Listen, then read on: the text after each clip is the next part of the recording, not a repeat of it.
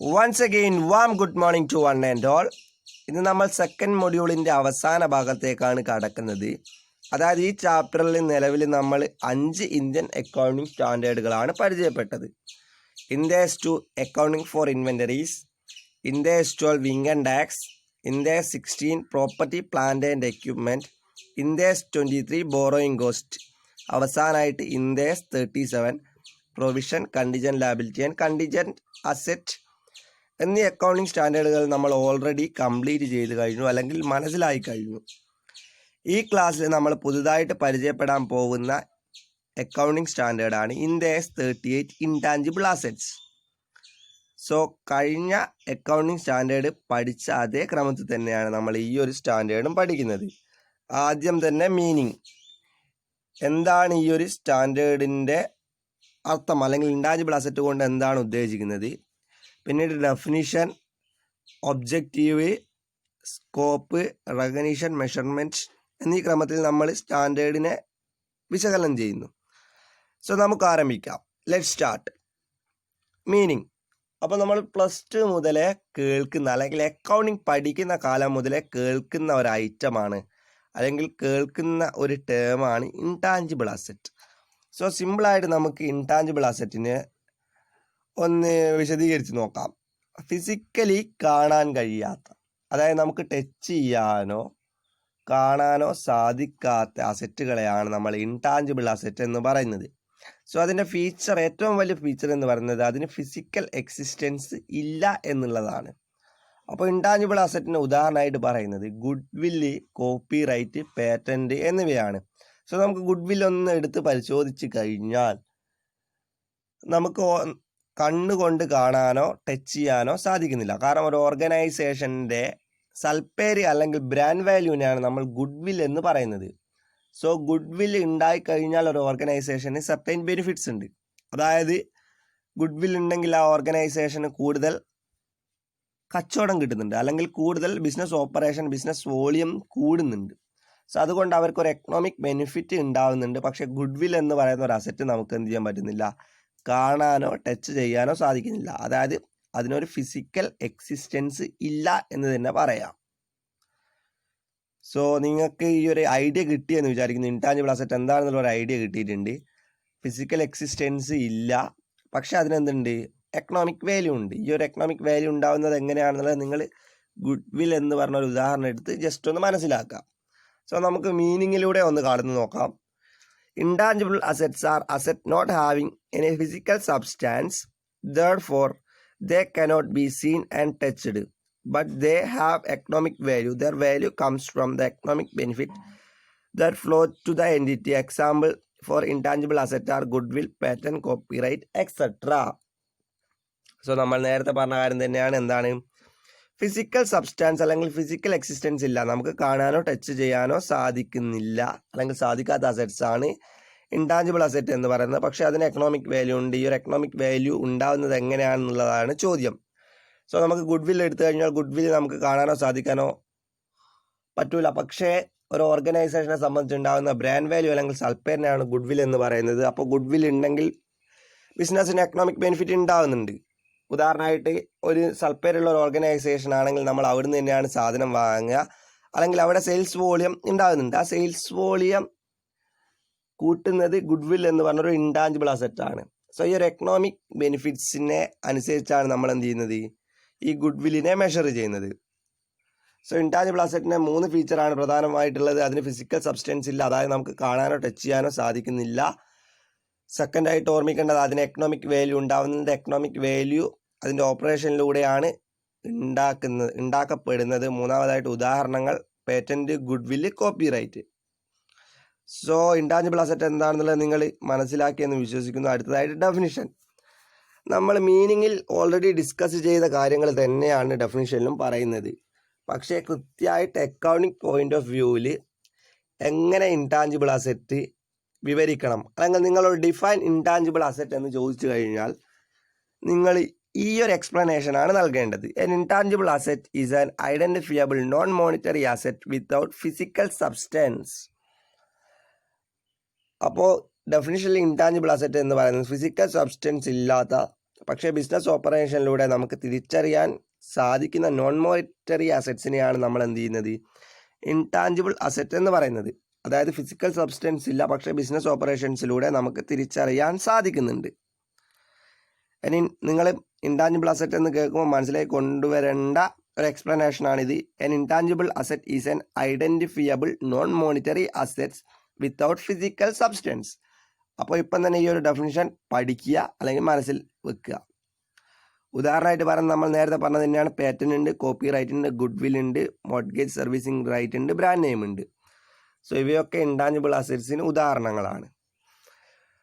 പിന്നെ നമ്മൾ പറയാത്തൊരു കാര്യം കൂടിയുണ്ട്, അതായത് ഇവിടെ ഒരു എക്സ്പ്ലെയിൻ ചെയ്യാത്തൊരു കാര്യം കൂടിയുണ്ട്, സോഫ്റ്റ്വെയർ. അപ്പോൾ ബിസിനസ്സിൽ ഓപ്പറേറ്റ് ഒരു സോഫ്റ്റ്വെയർ ഉപയോഗിച്ച് കഴിഞ്ഞാൽ അതൊരു ഇൻടാഞ്ചിബിൾ അസറ്റായിട്ട് നമുക്ക് കൺസിഡർ ചെയ്യാൻ സാധിക്കുമോ? കൃത്യമായിട്ട് ഡെഫിനിഷനിലൂടെ ഒന്ന് കടന്നു പോവുക.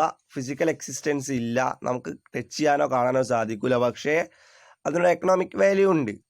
സോ ഡെഫിനിഷൻ സാറ്റിസ്ഫൈ ചെയ്യുന്നുണ്ട്. അതുകൊണ്ട് സോഫ്റ്റ്വെയറിനെ നമുക്ക് ഇൻടാഞ്ചിബിൾ അസറ്റായിട്ട് കൺസിഡർ ചെയ്യാൻ സാധിക്കുന്നുണ്ട്. കാരണം സോഫ്റ്റ്വെയറിനെ നമുക്ക് കാണാനോ ടച്ച് ചെയ്യാനോ സാധിക്കുന്നില്ല, പക്ഷേ ബിസിനസ്സിലെ ഒരു സോഫ്റ്റ്വെയർ ഉപയോഗിച്ച് കഴിഞ്ഞാൽ അതെന്ത് ചെയ്യുന്നുണ്ട്, ബിസിനസ് ഓപ്പറേഷൻ എഫക്റ്റ് ചെയ്യുന്നുണ്ട്, അല്ലെങ്കിൽ ബിസിനസ് ഓപ്പറേഷൻ വർദ്ധിക്കാൻ സഹായിക്കുന്നുണ്ട്. അതുകൊണ്ട് സോഫ്റ്റ്വെയറിനെ നമുക്ക് ഇൻടാഞ്ചിബിൾ അസറ്റായിട്ട് കൺസിഡർ ചെയ്യാൻ സാധിക്കും എന്ന് തന്നെയാണ് എക്സ്പ്ലനേഷൻ. സോ ഇൻടാഞ്ചിബിൾ അസറ്റിനെ പേറ്റന്റും കോപ്പി റൈറ്റും ഗുഡ് വില്ലും ഓർമ്മിക്കുന്ന സമയത്ത് സോഫ്റ്റ്വെയറും കൂടി ഇൻടാഞ്ചിബിൾ അസറ്റാണെന്നുള്ള കാര്യം ഓർമ്മിക്കുക. ഇപ്പോൾ നമ്മൾ ഡെഫിനിഷൻ ഈ ഒരു ഇൻഡേസ് 38 ഇൻടാഞ്ചിബിൾ അസറ്റിൻ്റെ ഡെഫിനിഷനാണ് എക്സ്പ്ലെയിൻ ചെയ്തത്. അടുത്തതായിട്ട് ഒബ്ജക്റ്റീവ്. ഈ ഒരു ഇൻഡേസ് 38 കൊണ്ട് എന്താണ് ഉദ്ദേശിക്കുന്നത്, ഇൻടാഞ്ചിബിൾ അസറ്റ് എന്ന് പറഞ്ഞ ഒരു സ്റ്റാൻഡേർഡ് എന്താണ് ലക്ഷ്യം വെക്കുന്നത്? സോ ഈ ഒരു സ്റ്റാൻഡേർഡിൻ്റെ പ്രധാനപ്പെട്ട ലക്ഷ്യം എന്ന് പറയുന്നത് ഇൻടാഞ്ചിബിൾ അസറ്റിൻ്റെ അക്കൗണ്ടിങ് ട്രീറ്റ്മെൻറ്റ്, അത് ബുക്സ് ഓഫ് അക്കൗണ്ടിലേക്ക് എങ്ങനെ റെക്കഗ്നൈസ് ചെയ്യും, ബുക്സ് ഓഫ് അക്കൗണ്ടിലേക്ക് എങ്ങനെ റെക്കഗ്നൈസ് ചെയ്യും, അതിൻ്റെ വാല്യൂ എങ്ങനെ മെഷർ ചെയ്യും, ഇതുമായിട്ട് ബന്ധപ്പെട്ടുള്ള കാര്യങ്ങൾ എങ്ങനെ ഡിസ്ക്ലോസ് ചെയ്യും എന്നുള്ള ഇതാണ് ഇതിൻ്റെ പ്രധാനപ്പെട്ട ഒബ്ജക്റ്റീവായിട്ട് പറയുന്നത്. അതായത് ഇൻടാഞ്ചിബിൾ അസറ്റ് അല്ലെങ്കിൽ ഇൻടാഞ്ചിബിൾ അസറ്റ്സ് എന്ന് പറയുന്ന ബന്ധപ്പെട്ടുള്ള എല്ലാ കാര്യങ്ങളും, അതിൻ്റെ അക്കൗണ്ടിങ് ട്രീറ്റ്മെൻ്റ് ആയാലും റെക്കഗ്നീഷൻ ആയാലും മെഷർമെൻ്റ് ആയാലും ഈ ഒരു ഇൻഡേസ് 38 ലക്ഷ്യത്തിൽ വരുന്ന കാര്യങ്ങളാണ്. സോ ഒബ്ജക്റ്റീവ് ഇത്രയേ ഉള്ളൂ. ഇൻടാഞ്ചിബിൾ അസറ്റിൻ്റെ റെക്കഗ്നീഷനും മെഷർമെൻറ്റും അക്കൗണ്ടിങ് ട്രീറ്റ്മെൻറ്റും ഒക്കെ ഇൻഡേസ് 38 ലക്ഷ്യത്തിൽ അല്ലെങ്കിൽ ഒബ്ജക്റ്റീവിൽ വരുന്നുണ്ട്. Next scope. ഈ ഒരു ഇൻഡേസ് 38 ഇൻടാഞ്ചിബിൾ അസറ്റ് എന്താണെന്നുള്ള കാര്യം നമ്മൾ മനസ്സിലാക്കി.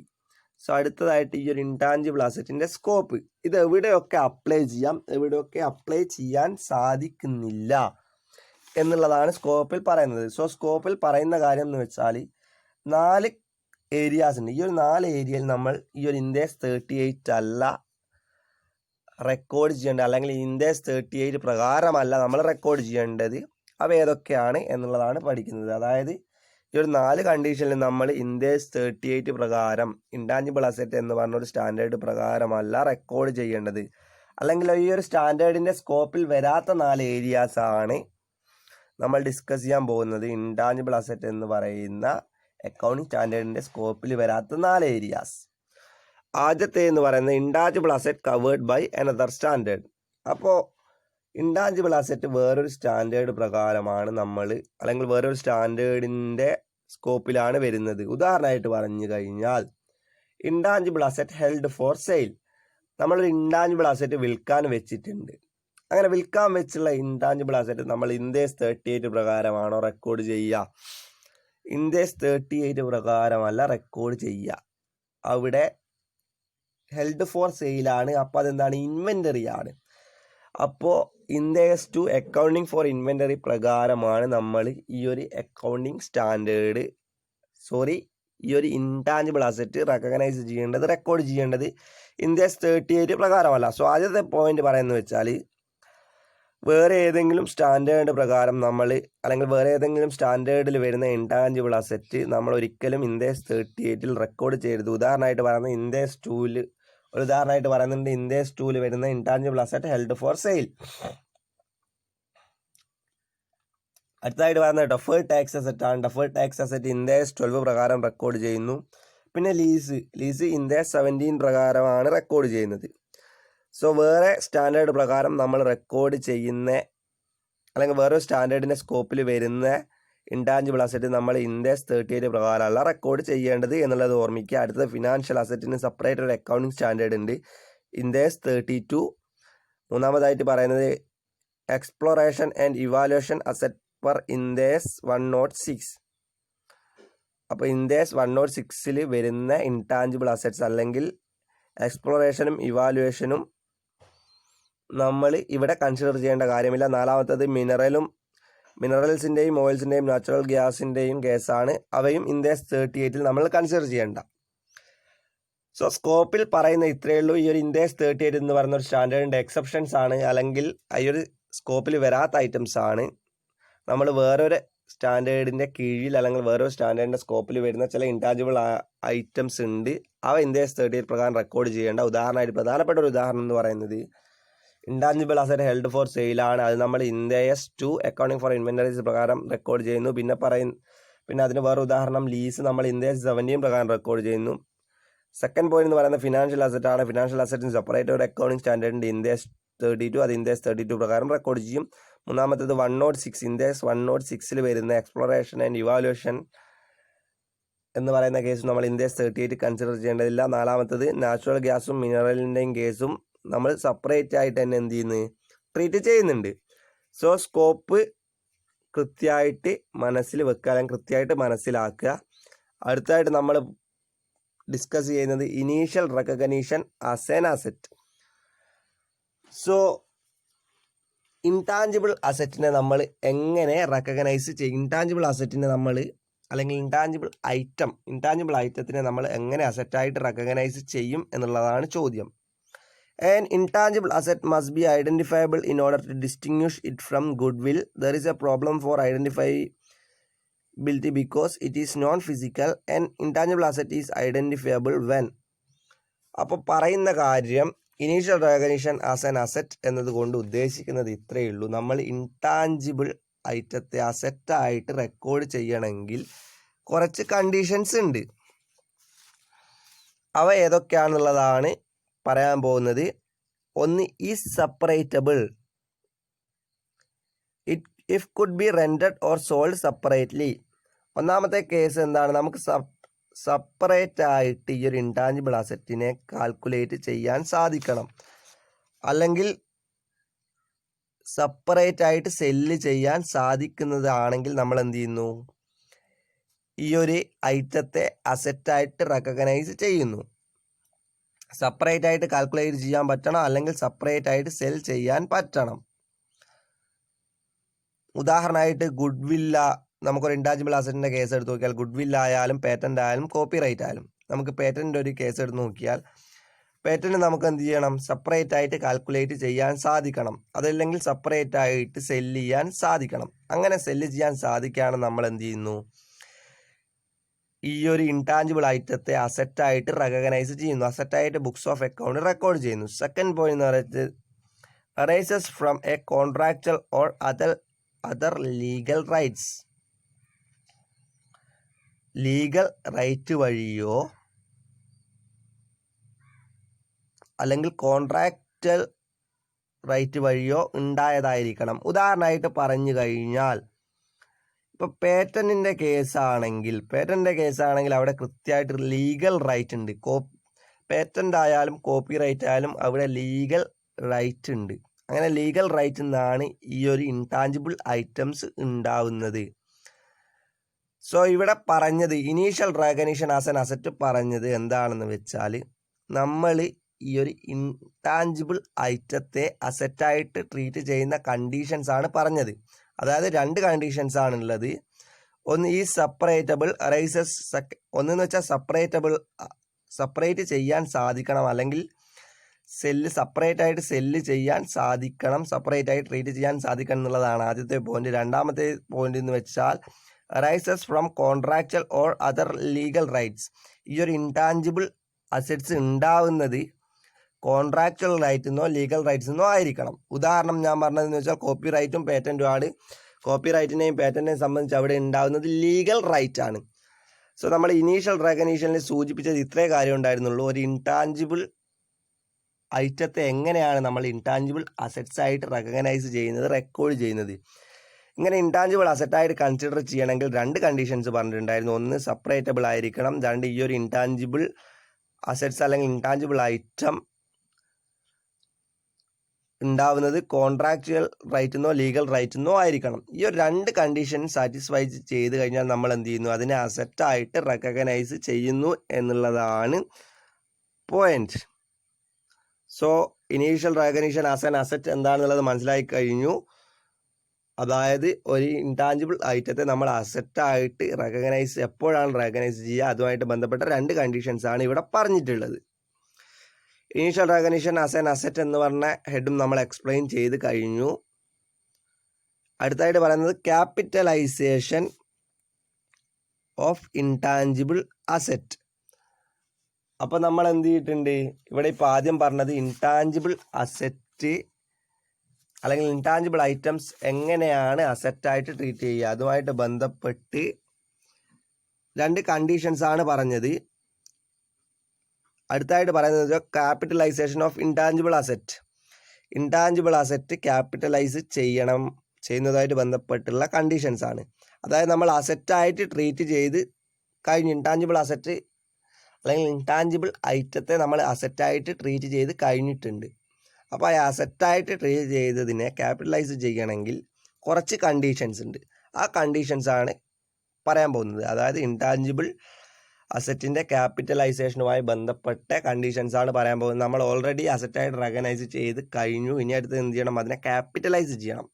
ആ ക്യാപിറ്റലൈസ് ചെയ്യുന്നതുമായി ബന്ധപ്പെട്ടുള്ള കണ്ടീഷനാണ് ഇറ്റ് മസ്റ്റ് ബി ഐഡൻറ്റിഫയബിൾ. അതായത് ഇൻടാഞ്ചിബിൾ അസറ്റിനെ നമുക്ക് കൃത്യമായിട്ട് ഐഡൻറ്റിഫൈ ചെയ്യാൻ സാധിക്കണം.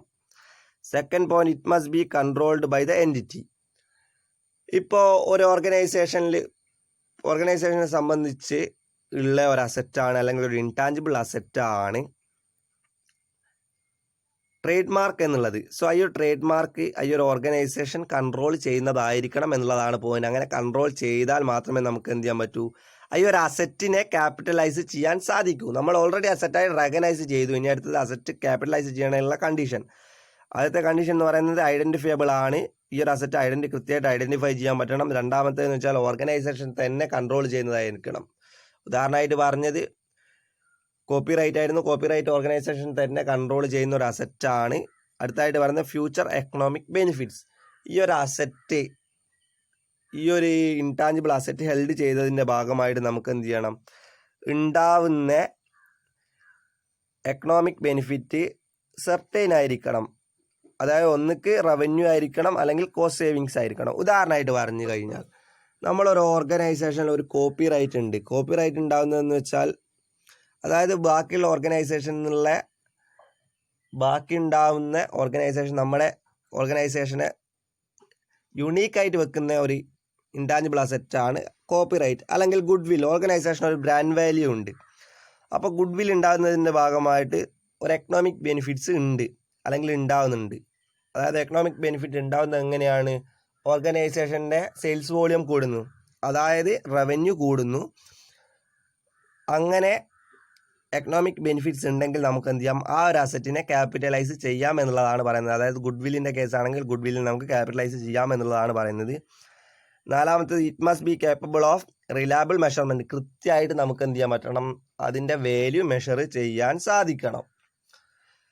സോ ഇപ്പം നമ്മൾ പറഞ്ഞത് ഒരു ഇൻടാഞ്ചിബിൾ അസറ്റിനെ ക്യാപിറ്റലൈസ് ചെയ്യണമെങ്കിൽ സാറ്റിസ്ഫൈ ചെയ്യേണ്ട കണ്ടീഷൻസ് ആണ്. 4 കണ്ടീഷൻസ് ആണ്. ഒന്നാമത്തെ, ഇറ്റ് മസ്റ്റ് ബി ഐഡൻറ്റിഫയബിൾ. രണ്ടാമത്, ഓർഗനൈസേഷൻ കൺട്രോൾ ചെയ്യുന്നതായിരിക്കണം.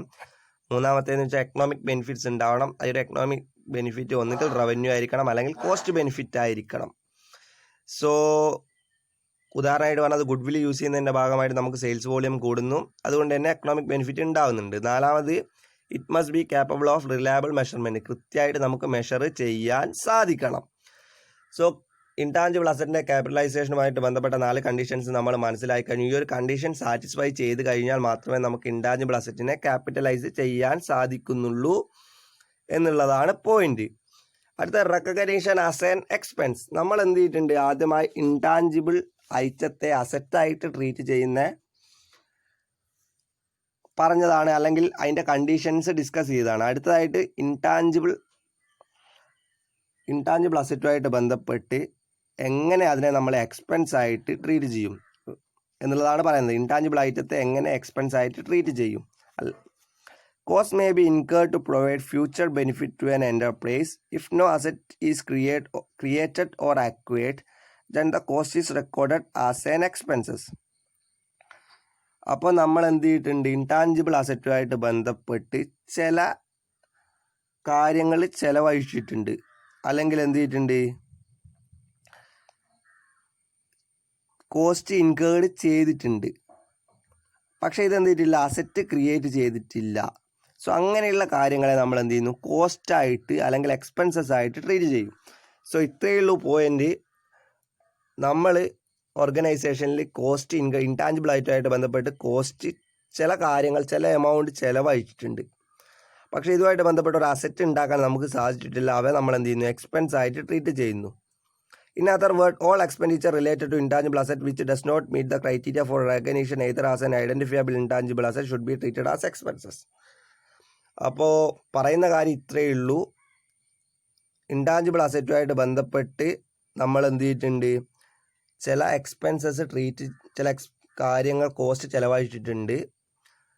അവ നമ്മൾ എക്സ്പെൻസസ് ആയിട്ട് റെക്കഗ്നൈസ് ചെയ്യണം എന്നുള്ളതാണ് പറയുന്നത്. ഉദാഹരണം, startup cost, pre opening and pre operating cost. അപ്പോൾ ഇൻടാഞ്ചിബിൾ അസറ്റുമായിട്ട് ബന്ധപ്പെട്ട് നമ്മൾ ഏതെങ്കിലും ഓപ്പറേറ്റിംഗ് കോസ്റ്റ് ഉണ്ടായി കഴിഞ്ഞാൽ അവ എക്സ്പെൻസ് ആയിട്ട് ട്രീറ്റ് ചെയ്യണം. രണ്ടാമത്തേത് അഡ്വർടൈസിങ് ആൻഡ് പ്രൊമോഷണൽ കോസ്റ്റ്. ഇപ്പോൾ ഏതെങ്കിലും ഇൻടാഞ്ചിബിൾ അസറ്റുമായിട്ട് ബന്ധപ്പെട്ട് നമുക്ക് അഡ്വർടൈസ്മെൻറ്റോ പ്രൊമോഷണൽ കോസ്റ്റോ